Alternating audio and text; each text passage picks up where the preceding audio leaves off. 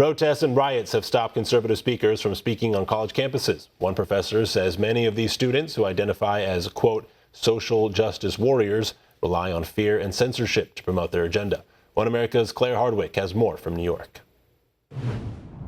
Social justice warrior has become a widely used term on college campuses across the country.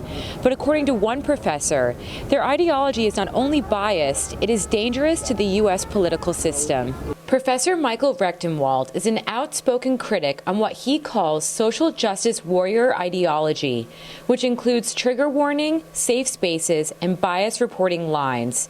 He said that this ideology is an attack on free speech, and that through censorship, the social justice warriors shut down any speakers that present alternative points of view. They're making it possible for these speakers to speak, and they're throwing these riots outside of these events so that other colleges are afraid to bring these speakers or allow them to come.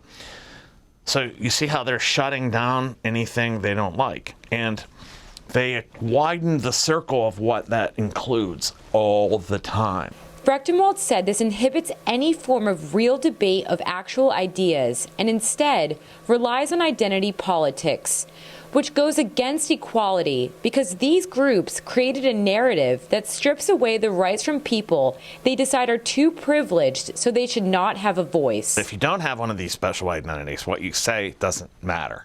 And what it comes down to is everything that you say isn't really what you've said, it's just what you are. Professor Rechtenwald said the social justice warrior platform directly opposes Enlightenment ideas and the democratic process by shutting down any form of logical debate. From New York City, Claire Hardwick, One American News.